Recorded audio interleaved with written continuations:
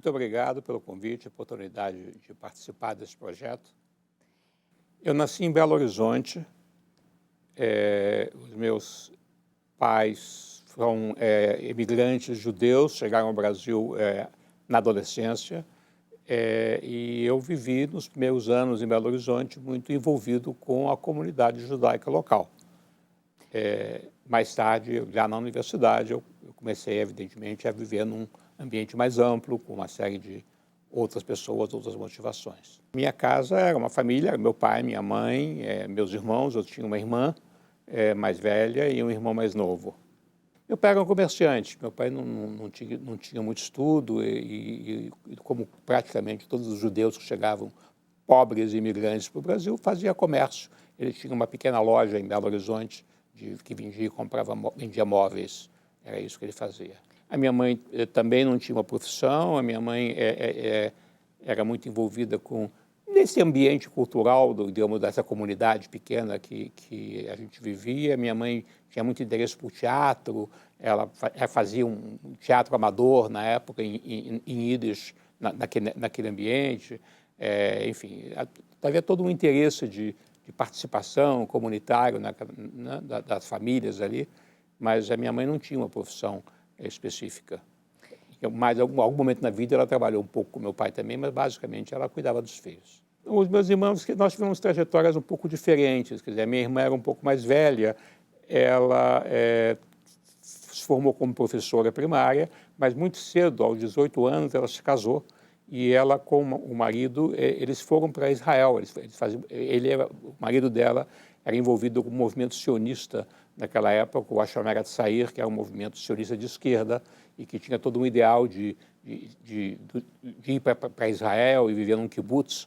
Eles fizeram isso, não deu muito certo, ela ficou grávida, a vida ficou difícil, voltaram para o Brasil depois. O meu irmão era bem mais novo do que eu, ele tem 6 anos menos do que eu. Então, digamos, eu acompanhei, mas já um pouco à distância, porque a nossa distância de idade era relativamente grande. Olha, eu comecei estudando na escola israelita em Belo Horizonte, e eu aprendi um pouquinho de Yiddish, que era o que meus pais falavam, um pouquinho de hebraico, mas eu tinha problemas na escola porque eu tinha muita dificuldade para escrever, uma dificuldade física. Eu nunca escrevi direito.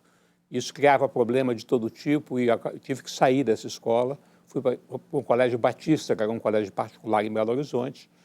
Depois eu continuei estudando nesse colégio, depois um outro colégio, Colégio Marconi, que era também um colégio que tinha pertencido antes à comunidade italiana, mas depois da guerra se transformou numa escola já particular. Então, eu estudei em Belo Horizonte nessas escolas. Na primeira infância, eu lembro da Dona Sinhá, que a Dona Sinhá era uma professora no Rio de Janeiro. Eu vivi no Rio de Janeiro nos primeiros anos da minha vida e foi com ela que eu comecei a aprender a ler. E eu era uma senhora assim, já mais velha e meio brava, mas eu tenho uma lembrança boa dela como uma pessoa com quem eu aprendi a ler. Depois, na escola, já no Colégio Batista, havia algumas pessoas professores com quem eu me identificava muito. Havia um professor de história, que ele era um pastor protestante, era Colégio Batista, e ele dava aulas muito interessantes sobre a reforma protestante e sobre todo aquele processo de transformação da Europa. Eu achava aquilo tudo fascinante, né? Eu gostava muito de matemática. Eu tinha professores, não lembro agora o nome, mas era uma coisa que sempre me interessava muito, né? Eu me lembro em português, um professor de literatura, já um pouco mais no ensino médio, o professor Antônio Salles, que me introduziu para a literatura moderna no Brasil, ou seja, a literatura de Mário de Andrade, de Carlos Drummond, não é? Eu tomei contato com esse tipo de literatura, saindo daquela coisa tradicional, que no passado se estudava literatura só até o século XIX, não é? Nós chegamos a 22, o que era um grande avanço, não é? Então, essas lembranças eu tenho desse período escolar. Até quase terminando o ensino médio, eu fiz o científico naquela época e a minha ideia é que eu ia fazer engenharia. Eu gostava muito de matemática, eu me sentia muito bem com os números, eu achava que isso aqui era o caminho. Na época não tinha muita opção, né? A gente não percebia muito. Havia, naquela época, em Belo Horizonte, um serviço de orientação profissional, que eu fui buscar uma orientação, fiz uma avaliação. Uma pessoa, na época, depois ficou muito conhecida, que é o Pedro Parafita Bessa, que coordenava isso. né? E a avaliação me deu um quadro de muitas opções. Na verdade, em vez de me dizer o que eu podia fazer, o que me disseram foi: não, você pode fazer várias coisas, você pode fazer ciências sociais, você pode fazer ciências naturais. Eu tinha muito interesse por tema de política, de história.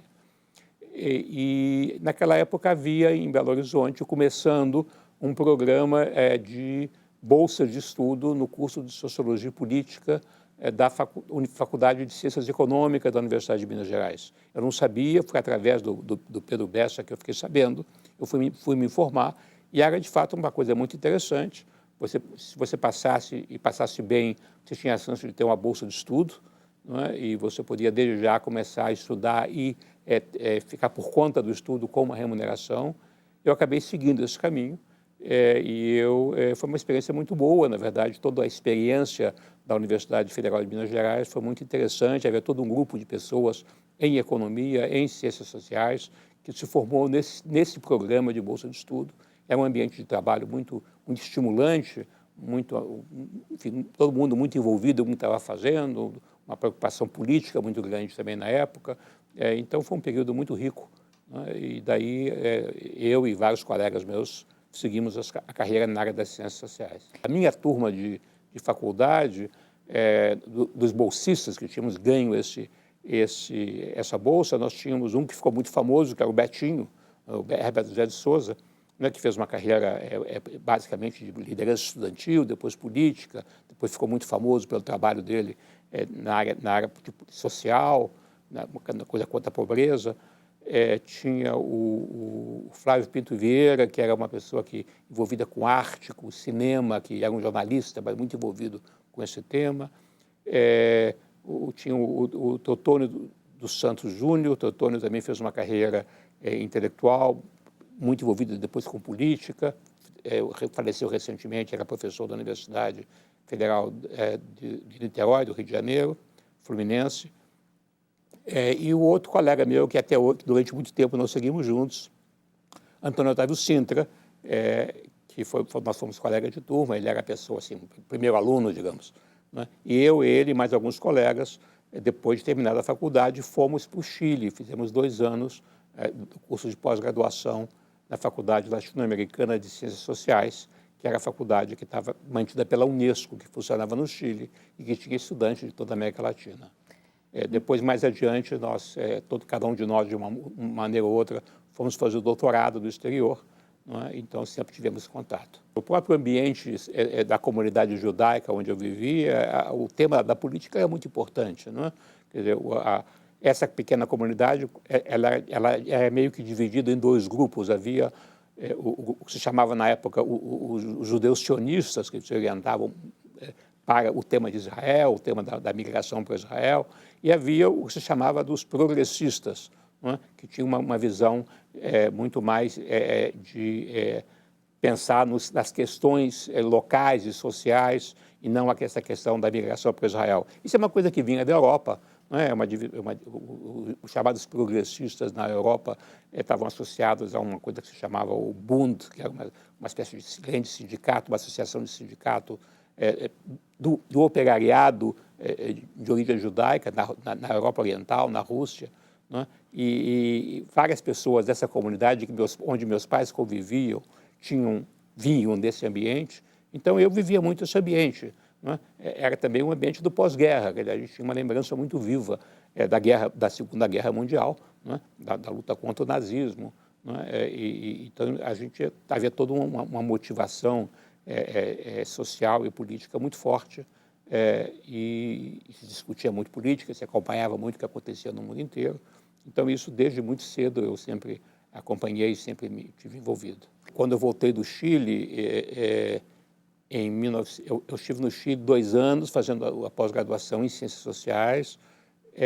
Aí eu comecei a ver um pouco do que era a sociologia mais moderna, a sociologia inclusive americana, de língua inglesa. A gente, na faculdade, em Belo Horizonte, a literatura era muito francesa, não é? A gente discutia muito filosofia, o marxismo. Eu já tinha passado por uma época de muito interesse pelo marxismo, já estava numa fase de pós-marxismo, eu já começava a fazer a crítica ao marxismo, já havia toda uma crítica, digamos, ao comunismo oficial, chamado, não é a União Soviética, as crises todas que haviam passado da União Soviética, né? E havia toda uma preocupação de criar um tipo de, ou ter um envolvimento político que tivesse uma preocupação com as questões sociais, mas que não fosse a mesma coisa do que o que na época era o Partido Comunista, né?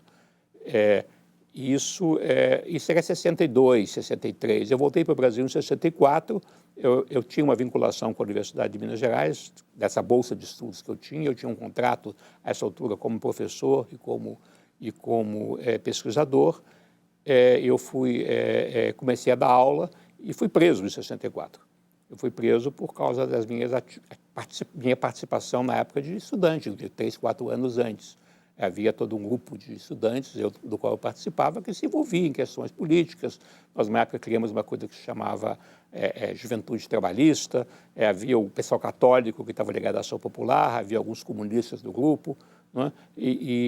Então, esse grupo é um grupo muito ativo politicamente. Quando veio o golpe de Estado, alguns fugiram, né? Eu que estava chegando do Chile, tinha estudado, durante vários anos eu não estava envolvido com muita coisa, fiquei lá em Belo Horizonte, fui preso, fiquei preso quase 2 meses, e depois eu saí do Brasil. Eu não tive condições, a universidade me proibiu de me deixar estudar, ensinar, né?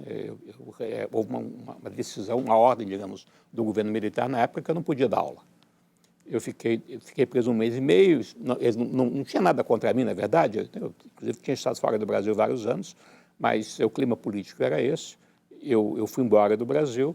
Na época, um professor meu no Chile, Johan Galtung, que era um professor norueguês, uma pessoa muito interessante, me convidou para ir para a Noruega.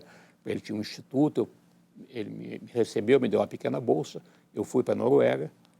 Depois de lá, eu passei 1 ano em Buenos Aires, ligado ao Instituto de Tela, e de lá eu fui para o doutorado nos Estados Unidos. Quando eu estava na faculdade ainda, digamos, no começo, a gente achava que política e ciências sociais é uma coisa só, você tinha que, né? Era um pouco aquela frase famosa do Marx, né? Ele dizia que os filósofos até hoje interpretaram o mundo, mas nós temos agora que modificar o mundo. A gente acreditava nisso piamente, né? Quando depois eu comecei a estudar mais, eu vi que a vida da política e a vida intelectual não são a mesma coisa, né? Existe um mundo que é o mundo do estudo, do pensamento, de você escrever, de você discutir ideias. E existe um outro mundo que é o mundo da militância, da participação. Fiquei conhecendo um texto clássico do Max Weber, que ele falava da ciência como vocação e da política como vocação. São duas vocações diferentes, né?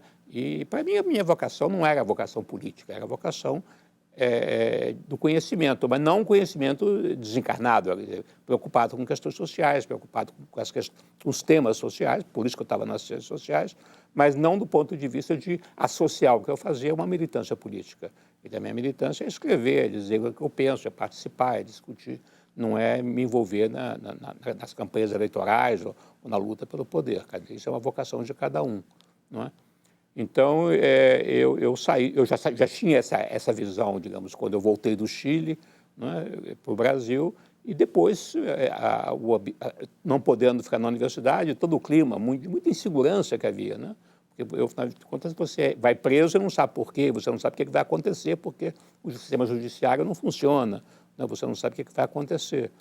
Então, eu saí do Brasil e fui usando a possibilidade de continuar estudando na medida do possível. O tema do autoritarismo, na verdade, a minha tese de doutorado, ela saiu publicada com um livro com esse nome, Bases do Autoritarismo Brasileiro, em 1973. Aí nós estamos em pleno regime militar, né? Então, aí a preocupação era entender o que estava acontecendo, porque o Brasil tinha essa dificuldade, na verdade, de ter um sistema democrático que funcionasse de maneira satisfatória, né? E por que nós tínhamos essa recorrência de autoritarismo, que tinha sido, até algum tempo atrás, o getulismo, né? O Estado Novo, e depois um período democrático que teve problemas, e depois nós caímos num período complicado de 20 anos de ditadura militar. Então, o tema do autoritarismo era um tema muito óbvio para a gente tentar estudar e entender mais profundamente. De onde é que vem esse autoritarismo brasileiro, né? A minha tese de doutorado, na verdade, o primeiro nome, o título que eu dei não foi esse. Eu falava de patrimonialismo e regionalismo político, né? E o que eu tentei mostrar na tese é que o Brasil tem era uma sociedade como que criada de cima para baixo. Quer dizer, você tinha o Brasil foi criado como país por um Estado patrimonial, que era o Estado português, né, que fazia a colônia brasileira era um grande negócio para explorar recursos, né, primeiro o ouro, depois os outros produtos, os impostos, depois o café, né, e como que havia uma classe política que como que se apropriava do Estado. E a política não era uma política que a sociedade se organizava para criar um governo, para ver como é que o governo defendia os interesses da sociedade, mas era uma máquina centralizada, controlada por um pequeno grupo de políticos profissionais, oriundos de setores, alguns ligados à propriedade rural, mas uma história ligada à própria administração, à própria burocracia portuguesa que foi criada no Brasil desde o século XIX, né? E como é que isso fazia com uma sociedade que tivesse, digamos, um Estado forte e uma sociedade fraca, né? Havia um contraponto a isso, um contrapeso para isso, por isso que eu chamei o meu livro na versão inicial de São Paulo e o Estado Nacional, porque a história de São Paulo, e não só São Paulo, mas a região um pouco São Paulo e o Sul, é muito diferente da história do Rio de Janeiro e Nordeste, porque aí é uma sociedade com mais imigrantes, com uma articulação da sociedade mais forte, é como que era uma sociedade mais de baixo para cima, né? Enquanto que a sociedade centralizada no Rio de Janeiro era mais de cima para baixo, né? Então, a contraposição desses dois lados, digamos, da realidade brasileira, é que eu acho que permitia entender qual era a dinâmica política do país, né? Quer dizer, por um lado, uma coisa que eu tratava de mostrar na minha tese lá nos anos 70 era como é que, apesar de que São Paulo se transformou no centro econômico mais importante do Brasil, ele durante muito tempo não tinha uma condição de ter o controle político. O controle político ele passava por outro lado, passava por Minas Gerais, passava pelo Nordeste, passava por essa elite que vivia no Rio de Janeiro, né? E havia toda uma tensão entre esses dois Brasis, digamos, o Brasil que tentava se organizar a partir da sociedade e o Brasil que era mais organizado de cima para baixo, né?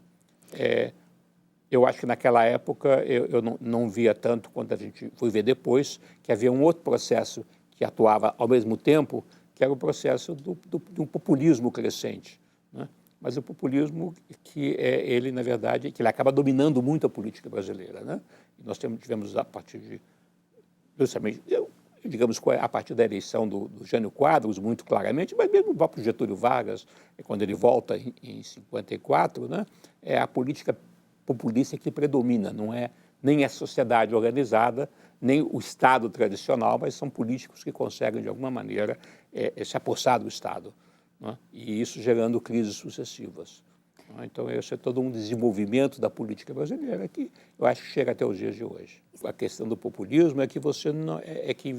eu acho que é como que a sociedade não se organiza de maneira suficiente para se defender, eu diria assim, né? Como você tem uma sociedade em que as pessoas se sentem frustradas, as pessoas não conseguem se organizar para ter uma vida satisfatória, e você tem um Estado que, na verdade, está a serviço de uma pequena oligarquia que controla a burocracia, que controla os recursos dos seus interesses próprios.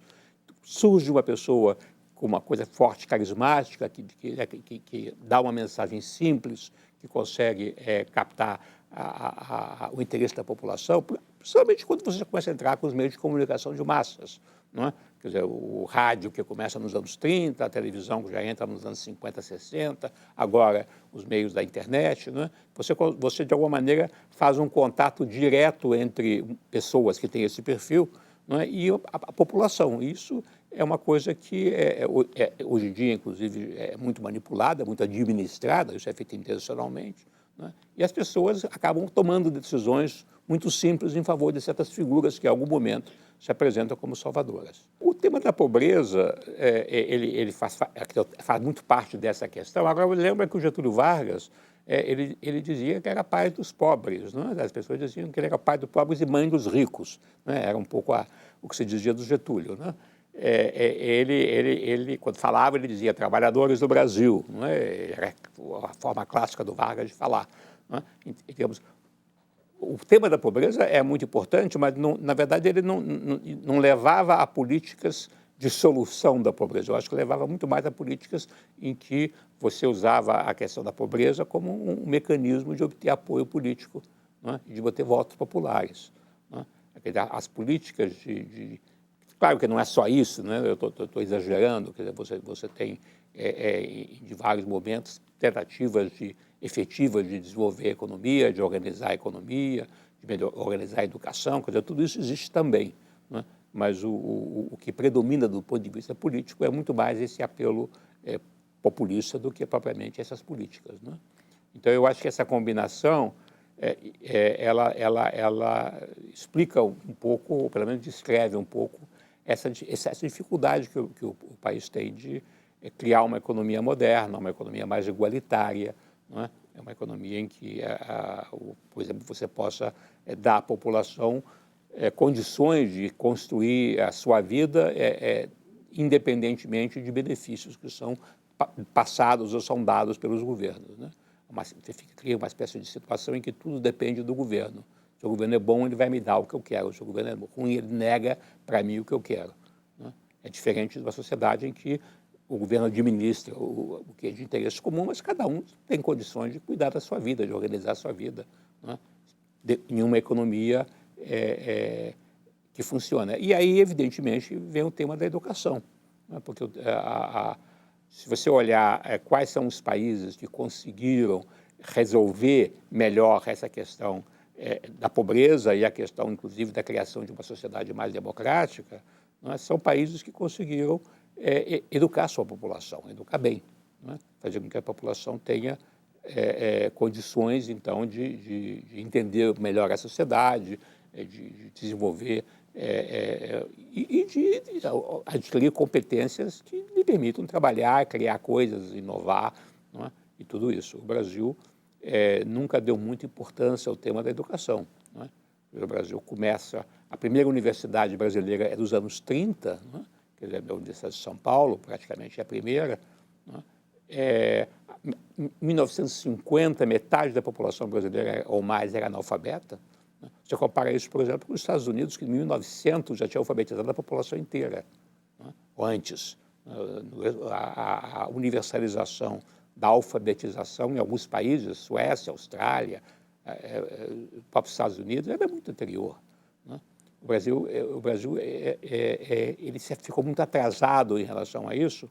E é interessante que esse tema da educação era um tema colocado em segundo plano por todos os setores da sociedade. Quer dizer, quando os economistas no mundo inteiro, a partir dos anos 50, 60, já estavam falando da importância da educação como um fator fundamental para você desenvolver uma sociedade, no Brasil esse tema não aparecia, né? Esse tema, o Celso Furtado, que é um dos grandes economistas brasileiros, que todos nós admiramos muito pelo trabalho que ele fez, ele nunca escreveu uma palavra sobre isso, né? Havia uma certa ideia de que a educação, quando você conseguisse desenvolver o país, a educação vinha, não é? Mas, na verdade, você não tinha uma preocupação grande com isso. Então, nós ficamos muito atrasados em relação a isso. A partir da Segunda Guerra Mundial, principalmente, é que você começa a criar um sistema nacional de educação, que os estados assumem mais a responsabilidade pela educação básica, não é? Começa a criar um sistema de universidades mais amplo. Então, digamos, isso começa a crescer e começa a haver também uma certa demanda da sociedade por educação, né? Mas é um processo lento e é um processo difícil. Hoje em dia, nós temos um sistema que ele cresceu muito, não é? Nós temos o Brasil chegou muito atrasado, quer dizer, nós só conseguimos dizer que todas as crianças estão na escola em 1990. É quando você tem a universalização do acesso. Agora, a qualidade disso é muito ruim, né? A qualidade da educação é muito ruim e ela não melhora. Ela começa a melhorar um pouco aqui, em alguns lugares, outros mais do que outros, não é? Mas, em geral, o sistema, principalmente o sistema público, ele é muito ruim. A classe média, a classe alta que pode, não usa o sistema público, cria suas próprias escolas separadas, não é? E você, ao mesmo tempo, cria um grupo de interesse muito grande, que são os professores universitários, professores primários, que se organizam, que reivindicam os seus interesses, que organizam movimentos em defesa do seu emprego, do seu trabalho, e isso também, às vezes, nem sempre é coerente ou nem sempre permite que algumas reformas que se precisa fazer para melhorar a qualidade do ensino, para tornar mais eficiente o uso dos recursos, que ocorra, que aconteça, né? Então, essa é uma discussão longa, mas enfim, eu acho que é importante, quando a gente pensa na educação, pensar na sua importância, na importância da prioridade que ela tem que ter, mas também pensar de como é que você faz isso de maneira bem feita. E aí vem uma coisa que é muito importante, que são a visão comparativa internacional, porque a gente, às vezes, tende a ficar muito submergido nas nossas próprias discussões, né? O que é que está acontecendo no Brasil, como é que quais são os nossos problemas, mas como é que outros países lidam com isso? Como é que em outros lugares isso acontece? Como é que pode ser diferente, né? Será que tudo tem que ser do jeito que nós fazemos aqui, ou será que há outras experiências? Quando eu entrei nesse tema da educação, eu entrei pelo lado mais da ciência, não é? Eu depois que, já mais tarde, digamos, depois de publicar minha tese de doutorado, onde eu discutia temas basicamente de ciência política, eu tive uma experiência interessante, que foi um envolvimento, eu fui convidado para trabalhar na financiadora de estudos e projetos, a FINEP. Isso foi no final dos anos 70, né? E a FINEP era uma instituição nova, é uma espécie de crescimento que saiu do BNDES. Havia um grupo de pessoas muito envolvidas com os temas do desenvolvimento econômico, do desenvolvimento da economia, e eles, particularmente na FINEP, tinham todo um envolvimento em recriar ou expandir a área de ciência e tecnologia no Brasil, na pós-graduação, na pesquisa, não é? Inclusive, uma preocupação muito grande que havia nessa época na FINEP era trazer para o Brasil de volta e envolver de novo os cientistas, que muitos deles tinham saído do Brasil por causa da perseguição sofrida pelo governo militar a partir de 64. Não é?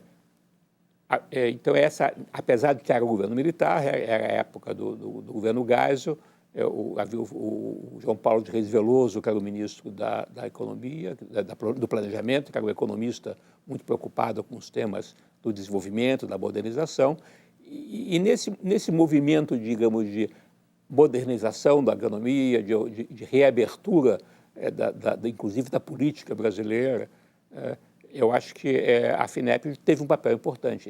Nessa mesma época, a gente lembra que tinha o IPEA, que era o Instituto de Pesquisas Econômicas, também no Ministério do Planejamento, que começou a levantar o tema da desigualdade da renda, não é? Começou a crítica ao modelo de desenvolvimento concentrador, que se fazia à custa da concentração da renda em pequenos setores. Enfim, havia todo um clima, não é, que já prenunciava a abertura política que iria ocorrer alguns anos depois, né? E eu fui convidado, na época, para trabalhar na FINEP. Havia um grupo de pesquisa no qual eu fui trabalhar, e eu acabei ficando responsável por um estudo sobre a história da ciência brasileira. A ideia era você poder mostrar como é que se formou a ciência brasileira, como é que ela se organizou, como é que ela se constituiu ao longo da história. Foi um trabalho muito interessante. Eu tinha uma equipe de pessoas que trabalhavam comigo, e nós fizemos um trabalho de entrevistar cerca de 70, 80 dos cientistas mais importantes brasileiros das áreas das ciências naturais, sobretudo. Que estavam alguns já mais idosos, que podiam contar da experiência que eles tinham. E a pergunta nossa era o seguinte: como é que você forma uma comunidade científica? Como é que você organiza a ciência em um país que não tinha essa tradição, né? Digamos, existiam duas visões em relação a isso. Você tinha uma visão que o próprio pessoal da FINEP tinha, que eram economistas principalmente, que não, a ciência faz parte tecnologia, desenvolvimento da tecnologia, né? Essas tecnologias do plantio, da agricultura, da industrialização, que havia toda uma preocupação com a tecnologia. Eu puxei por um outro lado, digo, a ciência ela tem a ver com instituições onde você tem espaço para pesquisar, espaço para trabalhar, liberdade de pesquisa. Não é? Isso no contexto da época, que era um contexto ainda de regime militar, era muito importante você levantar esse lado. Não é? Por isso mesmo, o livro que resultou desse trabalho, o nome dele é Um Espaço para a Ciência e a Formação da Comunidade Científica no Brasil. E a ciência é uma comunidade de pessoas, né, com liberdade de pensar, com liberdade de pesquisar. Não é? E isso tem que estar apoiado em quê? Basicamente em institutos, mas também na universidade. Né? Então, isso leva a toda a questão de como é que o que são as universidades brasileiras? Como é que elas se formaram? De onde é que elas vêm? Né? Em que medida que as universidades dão esse espaço para a ciência se desenvolver? Né? Então, foi por aí que eu entrei no tema da educação. Não é? Quer dizer, o tema de como é que, na verdade, os dois temas, o tema da sociologia, da ciência, né? A ciência como um fenômeno social, como é que ela se organiza, como é que ela se estrutura, em que condições que ela se desenvolve e como é que ela tem uma base institucional e uma certa ideologia da ciência. Né? Alguns autores falavam de cientismo, que é uma palavra estranha que não tem em português, mas é um pouco assim, a visão da importância da ciência, do conhecimento, independentemente da sua aplicação. O lado da aplicação também existe, mas, digamos, eu estava olhando por esse lado. Nessa época que eu estava na FINEP, eu também era professor do IUPERJ. O IUPERJ é o Instituto Universitário de Pesquisa do Rio de Janeiro, é ligado a Cândido Mendes. Ele tinha um apoio da Fundação Ford, que teve um papel muito importante no Brasil de apoiar as ciências sociais na época do governo militar, inclusive na América Latina, que a Fundação Ford daquela época era uma instituição de política liberal, no sentido político da palavra, não é? De apoio a pesquisadores. Eles tiveram um papel muito importante no Chile, e ficou até famoso, porque enfim, apoiaram muitas pessoas que sofriam a perseguição do governo Pinochet, e no Brasil também. Não é? O IUPERJ era um espaço pequeno, onde a gente podia discutir, era um programa de pós-graduação, não tinha graduação, né? Ao mesmo tempo em que havia um clima, nos anos 70 havia um clima político muito ruim no Brasil, era o período pior, o período do governo Médici, onde a violência política chegou ao seu nível talvez mais alto. Apesar disso, nós tínhamos um pequeno espaço ali, protegido, onde não era muito percebido, né? Onde a gente podia discutir as questões, a gente tinha uma revista, que era a revista Dados, onde a gente podia escrever. Né? E eu acho que foi importante para você manter aberto um pouco esse espaço de discussão, esse espaço de análise, de formação de gente, inclusive no período militar, que no começo teve um relacionamento muito repressivo com as universidades, particularmente com o movimento estudantil. Né? Havia a famosa decreto, a Lei 477, os estudantes eram presos, eram postos para fora das universidades, né? Das universidades públicas e universidades, inclusive, privadas grandes, como a Católica ou como a PUC, no Rio de Janeiro, nós tínhamos um espaço mais preservado. A Fundação Getúlio Vargas também, ainda que a Fundação Getúlio Vargas era mais técnico, era mais economia. Eu na Fundação, trabalhava na Escola Brasileira de Administração Pública, na área de administração. A minha formação, antigamente, da Universidade de Minas Gerais, eu tinha os dois lados, eu tinha um lado da sociologia e tinha um lado da administração também. Mas, de qualquer maneira, é o seguinte, a gente manteve, e havia outros espaços, eram espaços onde você podia discutir, você podia elaborar ideias, você podia escrever, não é? E, de alguma maneira, mantendo essas velas, digamos, acendidas e acesas, num ambiente político que, durante uma certa época, foi muito difícil. Isso começou a melhorar já no final dos anos 70, né, com essa abertura que a própria FINEP começou a fazer na área da ciência e tecnologia, na criação da pós-graduação, né, e depois entramos num clima de muito mais liberdade, evidentemente, depois do fim do golpe do governo militar, em 85. A publicação é essencial, né, onde você vai colocar as ideias que vão ser... Inclusive, elas passam por um processo de validação, não é? Quer dizer, a publicação científica, ela tem essa característica, não é só eu que digo o que eu penso, mas eu tenho que submeter o que eu estou dizendo para colegas que fazem a revisão, que criticam, que passam por uma seleção, não é? Então, é um tipo de conhecimento mais validado, não é? e que é muito diferente daquilo que você simplesmente coloca de qualquer jeito na internet, cada um diz o que pensa, né? O Brasil estava começando, nessa época dos anos 70, final dos anos 70, a criar um conjunto de revistas científicas que pudessem ter um formato e uma circulação mais internacional também, né? Na época, o Conselho Nacional de Pesquisas apoiava o desenvolvimento de pesquisas científicas. Eu cheguei, inclusive, a fazer parte de um comitê do CNPq de apoio a revistas científicas. A revista Dados antes era uma revista mais tradicional, mais ou menos o pessoal ali escolhia que artigos ia publicar, de vez em quando saía, de vez em quando não saía. É uma das coisas que nós fizemos.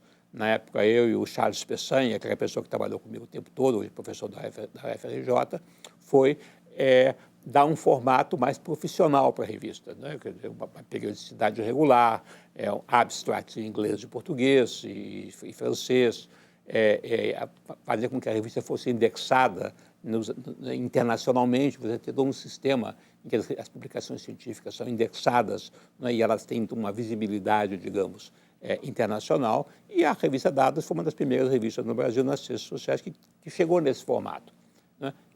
Havia o lado formal, que você tem que, não é, profissionalizar a revista, e claro que a questão do conteúdo, né? Abrir a revista para contribuições de diferentes setores, trazer pessoas de diferentes áreas escrevendo para a revista e passar para manter um processo bem feito de controle de qualidade através da revisão por pares, né? Então, nós fizemos isso. Eu acho que ela teve um papel importante, ainda é uma das principais revistas na área das ciências sociais no Brasil. Quando termina o governo militar, o governo cria uma comissão nacional de avaliação da educação superior. Essa comissão deveria propor uma reforma da educação superior. A gente lembra que esse era um projeto aparentemente de Tancredo Neves, né? Tancredo Neves morre, assume o presidente Sarney. Na época, o Marco Maciel era o ministro da Educação, e o Marco Maciel toca esse projeto para frente. Quer dizer, ele faz uma comissão, tem 20, 30 pessoas, e durante alguns meses a comissão trabalhou no sentido de fazer uma proposta de renovação ou de reformulação da educação superior. Eu acabei ficando como relator da comissão, quer dizer, eu fiquei responsável por dar a redação final do texto, que foi a proposta que nós fizemos. Foi feita uma escolha muito ampla de participantes dessa comissão, houve um cuidado de trazer pessoas de todos os setores, mais à esquerda, mais à direita, setor público, setor privado, enfim. E esse grupo trabalhou. No final não foi um consenso, havia algumas divergências, mas eu acho que nós chegou a um documento bastante consistente. E quando o documento foi levado, finalmente concluído, apresentado pelo governo, o governo simplesmente botou o documento na gaveta. O governo Sarney é um governo muito complicado, foi um governo que tentou tocar o dia a dia, mas não tinha políticas próprias, não queria enfrentar nenhum problema, não queria enfrentar nenhuma dificuldade, simplesmente atendia a todas as demandas que chegavam a ele sem que não criassem conflito, né? E a economia num processo de desorganização, de inflação, né? Completamente sem controle, né? Quer dizer, foi um período muito ruim, digamos, que sucedeu ao regime militar, porque quando o regime militar termina, havia muita esperança que agora nós temos uma democracia, que agora nós vamos enfrentar bem os problemas não só da liberdade e da educação, mas também da economia, e nada disso aconteceu, na verdade, né? Nós entramos numa crise que ela só vai, na verdade, se resolver, ainda que temporariamente, com um plano real muitos anos depois. Mas eu acho que havia algumas preocupações que ainda continuam hoje. Na verdade, o sistema universitário brasileiro, como ele estava funcionando, ele tinha sido definido por uma legislação, ainda da época do governo militar, de 68, né, que foi uma reforma universitária feita na época do governo militar, mas muito inspirada no modelo americano, né, que todas as universidades deviam ser instituições de ensino e pesquisa e extensão, né?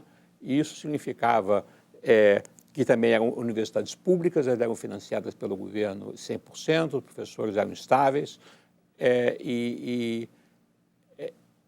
esse modelo foi implantado em 68 ele cresceu em uma certa medida, mas ele trouxe um problema muito grave, que era que ele não dava conta da enorme demanda por educação que estava ocorrendo no Brasil e que esse sistema não comportava, né? Porque era um sistema inerentemente muito caro, professores de tempo integral, pesquisa, etc.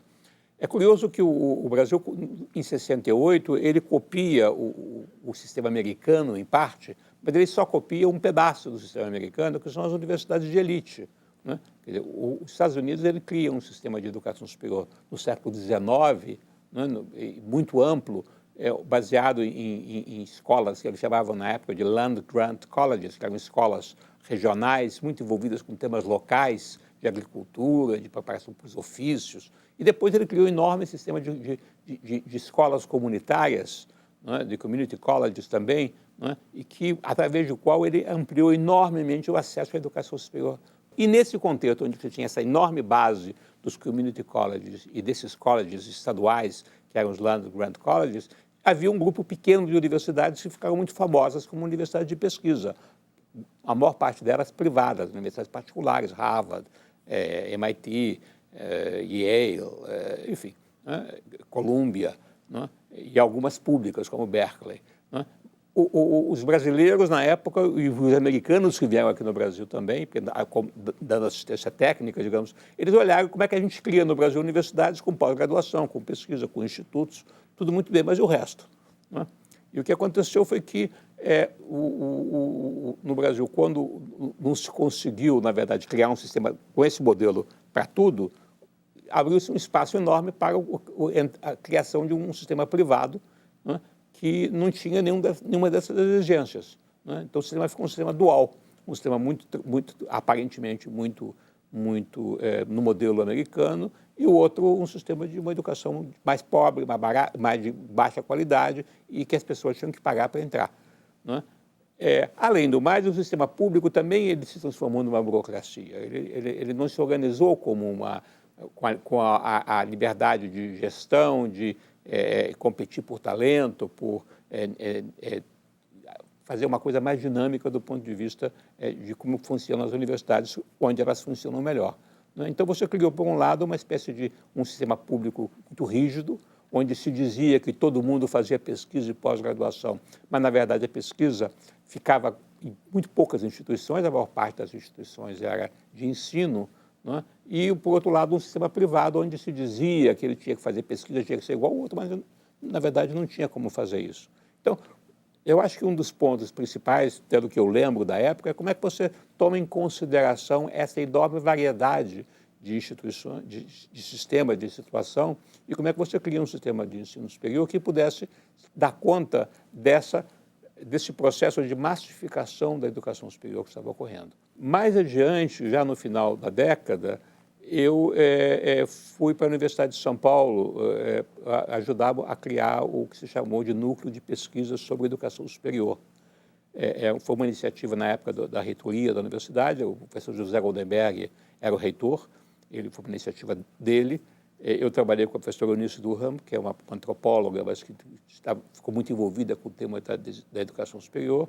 Nós criamos esse centro de pesquisa, que eu acho que foi o primeiro grupo de pesquisa no Brasil que tratava de trazer uma visão de pesquisa sobre a educação superior numa perspectiva internacional.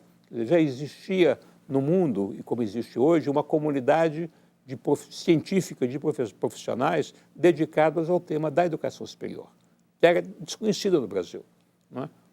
Nós conseguimos, na época, também o apoio da Fundação Ford, além do apoio da Universidade de São Paulo.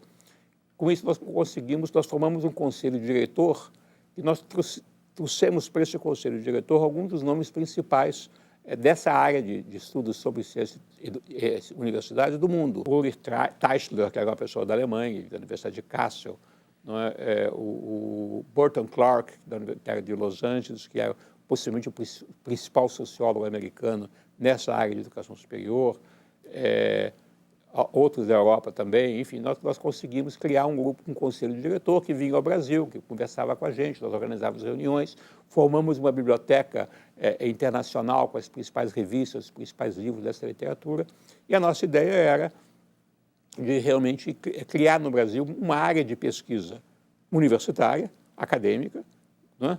Que pudesse elevar o nível de discussão sobre a educação superior, trazendo o que estava sendo produzido nessa área no resto do mundo, né?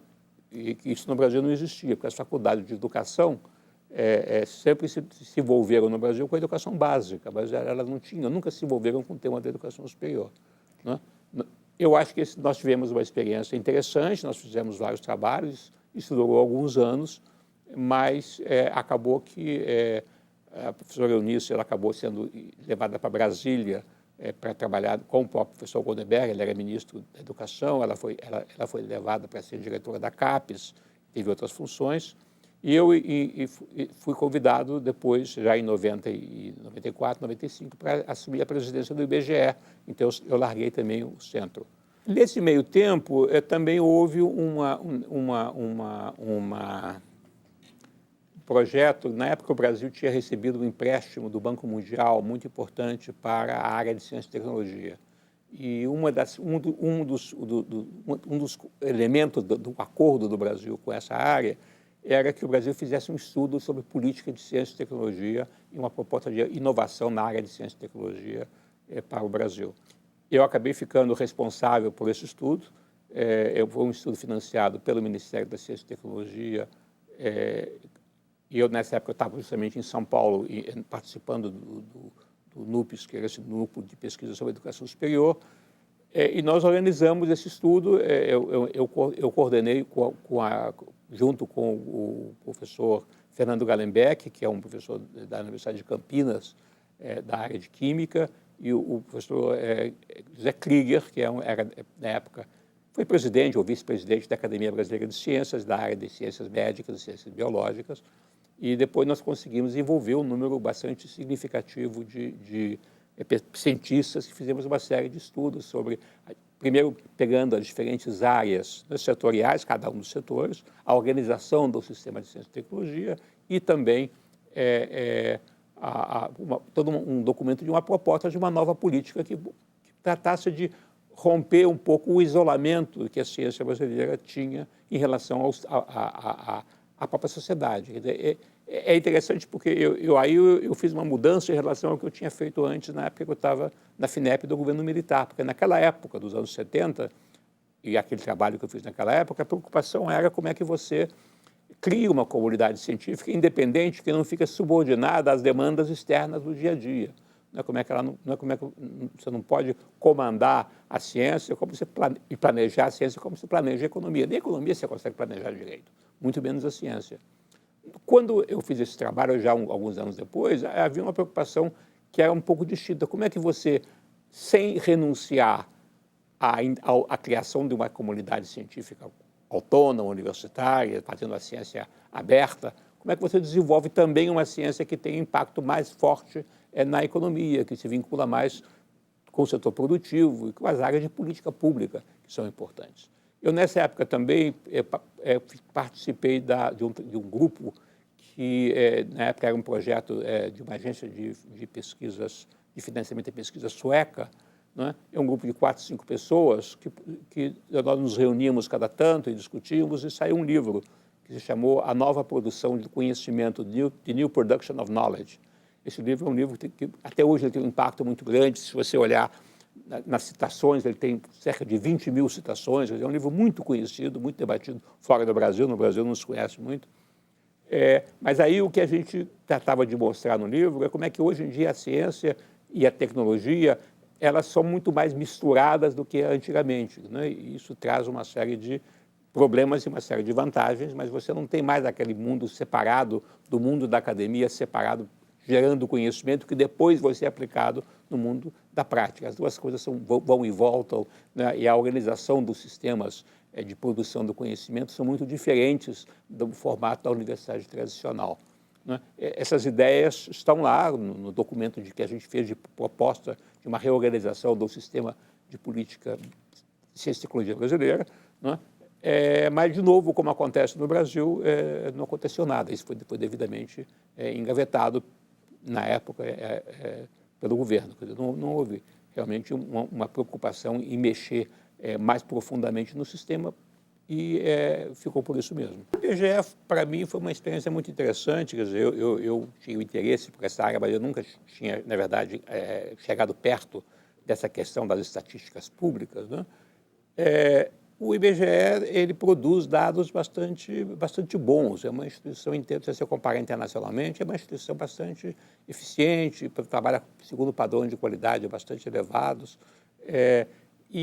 A produção de dados brasileira, em geral, ela é bastante boa. Eu me lembro, em algum momento, tive alguns momentos de tensão, claro, na posição do IBGE, em que a gente publicava alguns dados que não eram nada satisfatórios, e você ouvia críticas, já até do governo, dizendo, não, porque esses dados, não sei o quê, né, não tô... E aí minha resposta era, não, o país tem problemas, o país pode estar ruim, mas os dados são bons, né? Os dados estão mostrando como é que são as coisas. Na época do IBGE, foi uma época interessante porque foi uma época que havia toda uma mudança de tecnologia, né? Quando eu cheguei lá, em 1994, né, você tinha um grande computador que custava uma fortuna e produzia, o IBGE imprimia uma série de relatórios que acabavam ficando engavetados, né? Alguns anos depois, a gente estava produzindo CDs com os dados, microdados, que botava na mão do pesquisador e todo mundo podia analisar os dados, né? E o grande computador tinha sido trocado por um número muito grande de pequenos computadores na mesa dos técnicos, né? Então, houve uma revolução tecnológica na época que a gente conseguiu, em grande parte, implantar, e isso facilitou muito o trabalho. Nós tivemos uma cooperação internacional muito importante do Statistics Canada, que é um dos principais centros de estatística do mundo mais avançados, que nos ajudaram a modernizar uma série de estatísticas, uma série de procedimentos, né? Então, eu acho que foi uma experiência interessante.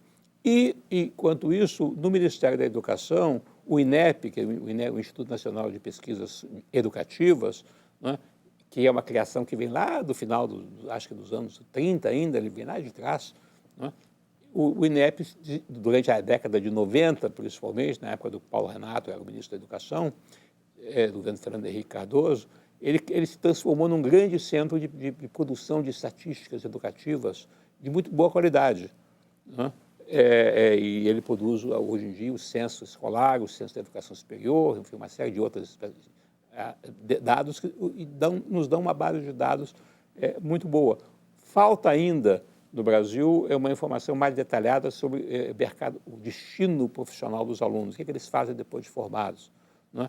E hoje em dia existe esses dados existem, mas os dados não estão separados, né? Você tem, por exemplo, a pesquisa do Ministério do Trabalho, que é o que chama CAGED, que é um acompanhamento, né? E a RAIS, que é um sistema um relatório anual de informações sociais do antigo Ministério do Trabalho, que dão informações sobre o mercado de trabalho formal, né? Você tem as pesquisas, enfim, existe uma série de outros tipos de bases, e há todo o movimento hoje em dia de você tentar juntar essas bases de dados, né?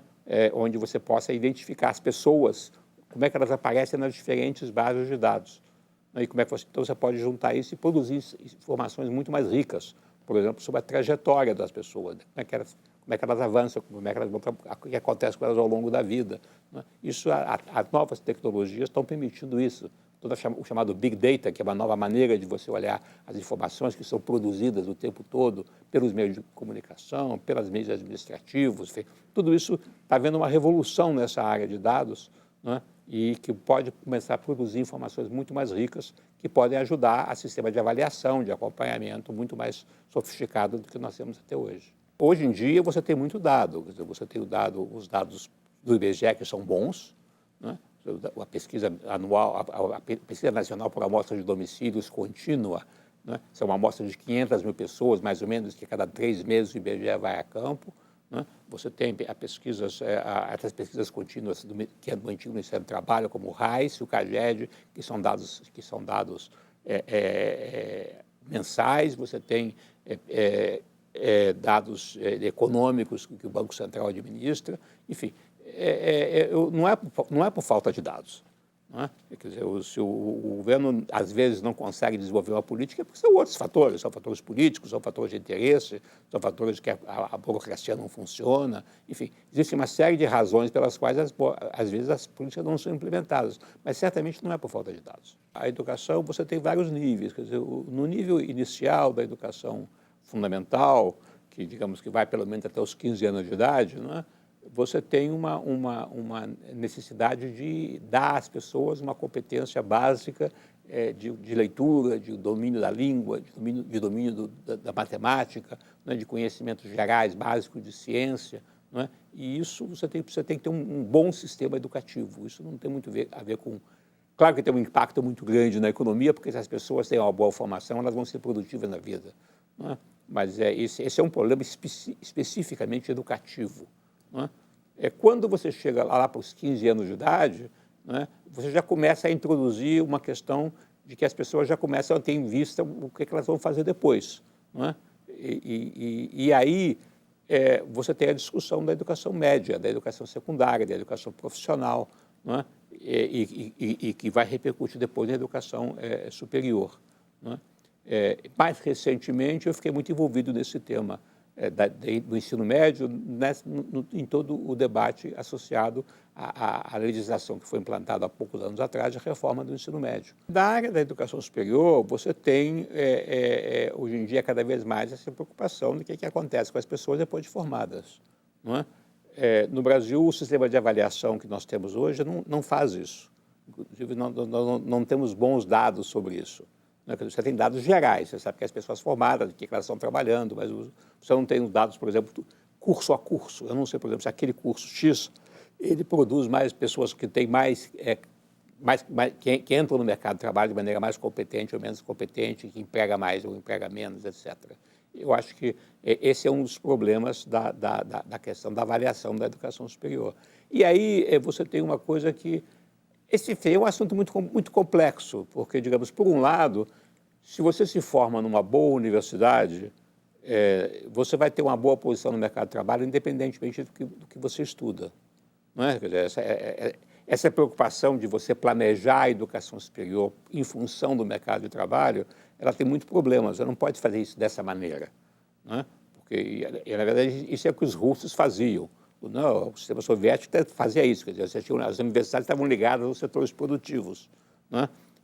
Então, você tinha a universidade da metalurgia, a universidade da agricultura, a universidade... Cada área econômica tinha uma universidade própria. Né? Mas havia uma ideia russa, na União Soviética, no planejamento soviético, você podia planejar tudo, você planejava que formação para fazer o quê. Mas a economia muda muito rapidamente, as pessoas se formam de uma coisa e vão fazer outras. Não é? Na verdade, você não consegue planejar dessa maneira. Não é? Uma boa universidade que forma pessoas competentes, elas vão trabalhar ou naquelas áreas que elas se formaram ou vão trabalhar em outras áreas. Não é? Por outro lado, você não pode simplesmente ignorar que essa ponte esses vínculos entre o setor educativo e o setor econômico. Não é?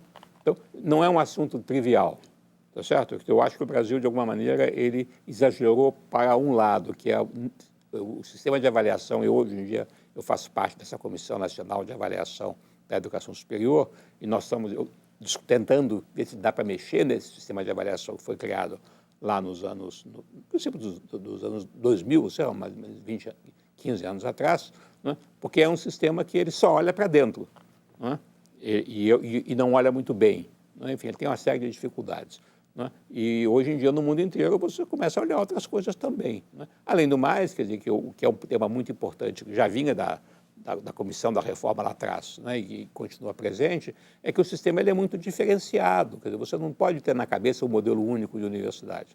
Né? Você vai continuar tendo universidades num formato mais tradicional, mais elitista, né, mais seletiva. Mas você vai ter também toda uma área da educação superior que é mais prática, que é mais orientada para o mercado de trabalho mais diretamente, que tem menos demandas teóricas e mais formação prática. Não é? E o sistema ele tem que ter espaço para tudo isso. Não é? E você tem que poder avaliar cada coisa segundo o projeto de cada um. Né? Porque as universidades ou as instituições de ensino superior, que não são só universidades, elas não podem todas seguir o mesmo modelo, o mesmo molde, né? Que é o defeito da reforma lá de 68, todas elas têm que ser iguais. Né? Você tem instituições muito diferentes, atendendo pessoas muito diferentes e com perfis muito diferentes também. Então, nós temos um sistema que ele continua aquele mesmo formato, que é o formato lá dos anos, da década de 60, né? Desde aquela época. E qualquer mexida nisso é muito complicada porque é muito política. Né? Hoje em dia existem muitos interesses associados a isso. Quer dizer, o setor privado virou uma grande indústria. Você tem empresas gigantescas que estão atuando no setor privado, abertas na Bolsa de Valores, com, né, investidores internacionais. Né? Você tem, do lado público, uma organização muito forte de sindicatos e a burocracia pública, né, que resiste muito a modificações. Então, eu acho que nós não conseguimos avançar muito em relação a isso, apesar de que o sistema hoje custa muito mais caro do que ele custava antes. O modelo de organização das universidades brasileiras que nós temos hoje é o modelo dos anos 60, 68, a reforma de 68. O modelo do ensino médio é dos anos 40, não é? Quer dizer, é a reforma de Gustavo Capanema, lá para trás. Nessa época, o ensino médio ele era uma preparação para a universidade. Né? E o número de pessoas que iam para a universidade eram muito poucas. Né? Então, você estudava, ou você optava pelo científico, em que você estudava mais matemática, mais física, ou você ia para o clássico, onde você estudava mais latim. E se você fosse para fazer direito, você tinha que estudar latim para fazer direito. Ou então, para ser engenheiro, você tinha que estudar física. Então, era isso. Né? E o ensino médio estava organizado dessa maneira. Né? Uma visão muito, muito tradicional e muito elitista. Né? Esse modelo, também havia nessa época dos anos 40, uma ideia de que você ia criar um outro tipo de educação para os pobres. Educação para ensino industrial, ensino agrícola, ensino... para as meninas era diferente, que elas iam para se preparar para o casamento. Né? Que havia toda uma ideia de que você ia segmentar a sociedade e os filhos da elite iam fazer o ensino médio, né? E o resto ou não estudava, na verdade a grande parte não estudava, ou você ia fazer uma formação profissional prática para o mercado de trabalho em funções bastante simples. Né? Esse lado, digamos, do ensino profissional praticamente não se desenvolveu. Né?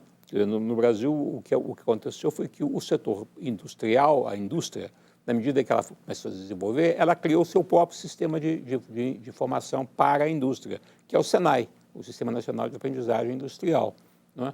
Essa foi uma disputa lá nos anos 30, em que o Ministério da Educação queria controlar essa área, mas ele perdeu a disputa com o setor industrial, que criou o seu próprio sistema de formação profissional, desligado do sistema educativo, não tinha nada a ver, era um sistema separado. Né?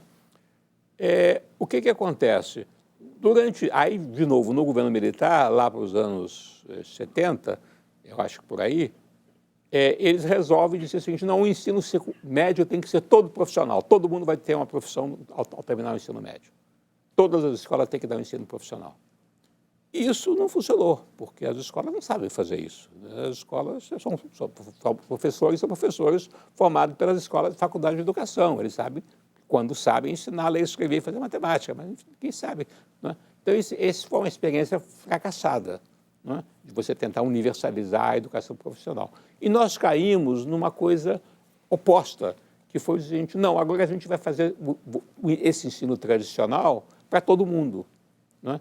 E isso acabou sendo o que passou a prevalecer. Não é que se acabou com o ensino profissional, mas a ideia ficou o seguinte: no ensino médio, se você quiser ter uma formação profissional, você tem que fazer todo o ensino médio tradicional e mais a formação profissional. O que, evidentemente, é absurdo, porque, digamos, a ideia justamente é que quem está pegando uma formação profissional de nível médio é porque ele possivelmente não vai continuar estudando, não vai para a universidade.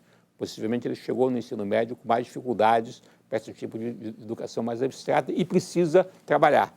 Né? Então, quando você cria esse sistema, que é um sistema tradicional, né, e mais o outro o ensino técnico vira uma coisa agregada, você, na verdade, impede que o ensino técnico funcione. O Brasil fez uma outra coisa, que é também uma coisa que eu acho absurda, que é o seguinte: o governo federal tinha uma rede de centros federais de educação técnica nos estados, CEFETs, que chamam. Uma rede pequena, uma ou duas escolas por estado, não é uma coisa muito grande, né? Mas eles tinham a ideia é que esses centros estariam formando pessoas a nível técnico médio para o mercado de trabalho. Isso foi tudo transformado em universidades, eles viraram institutos federais de ciência e tecnologia, né? E começaram, são escolas muito selecionadas, elas são bem pagas, os professores ganham como professores universitários, os alunos que entram fazem até um curso técnico ou outro, mas na verdade o que eles estão se preparando é para entrar na universidade.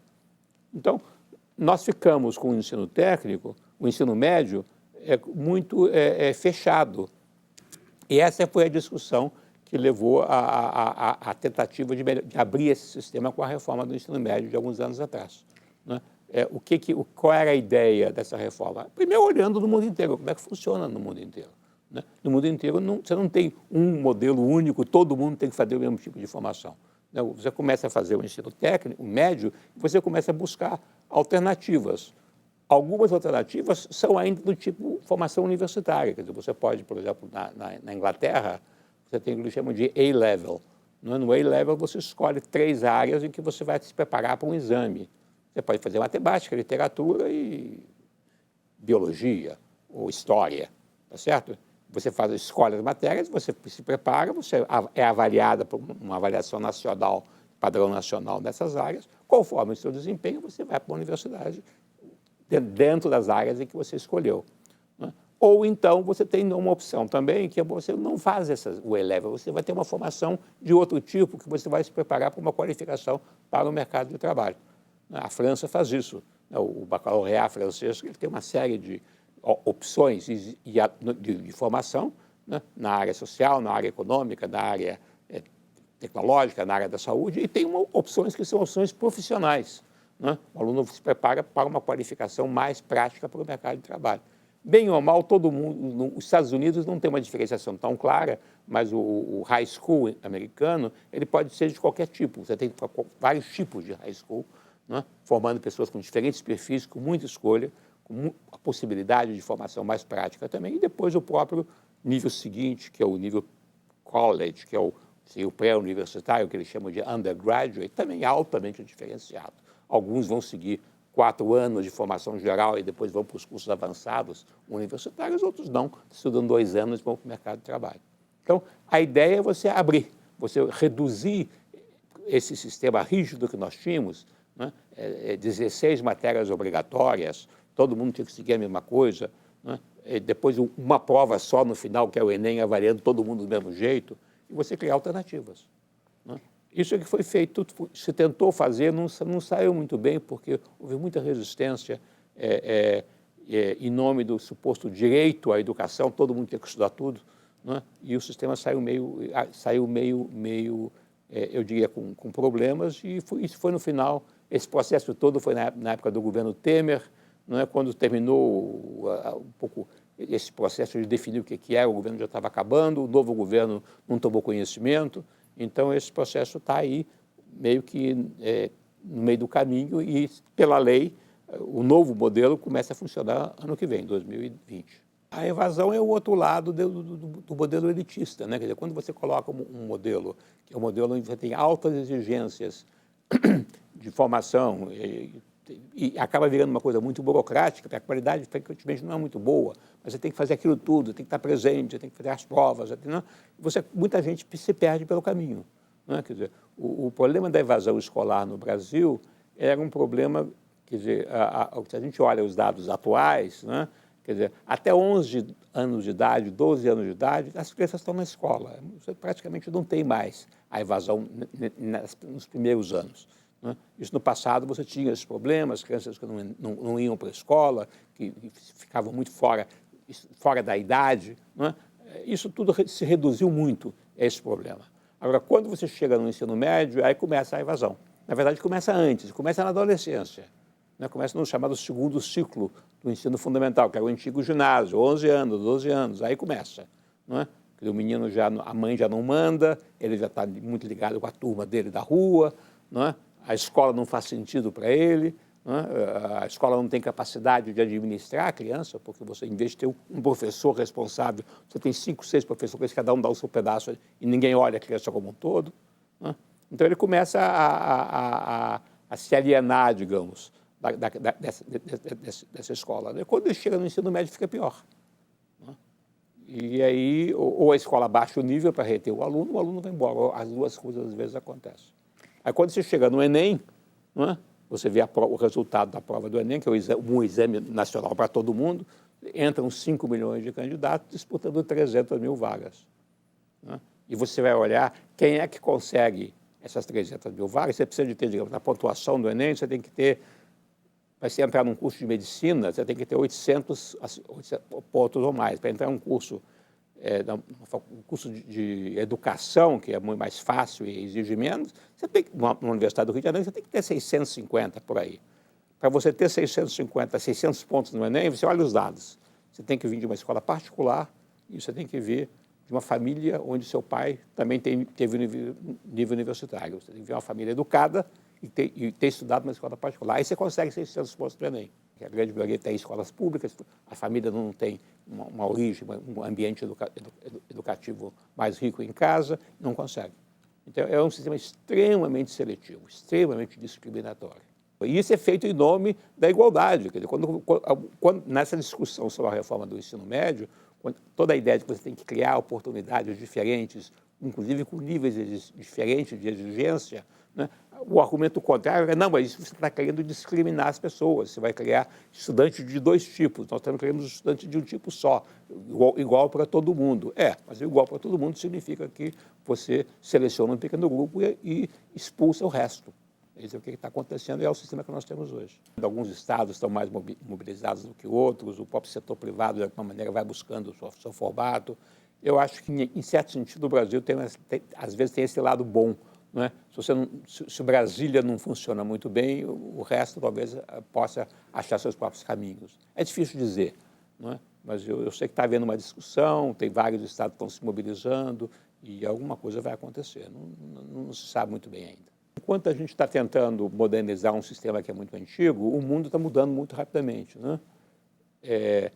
Então, digamos, a questão da formação profissional, ela hoje em dia ela é muito debatida, porque o que está acontecendo é que a velocidade de mudança tecnológica é tão grande que as competências que as pessoas adquirem se tornam obsoletas muito rapidamente.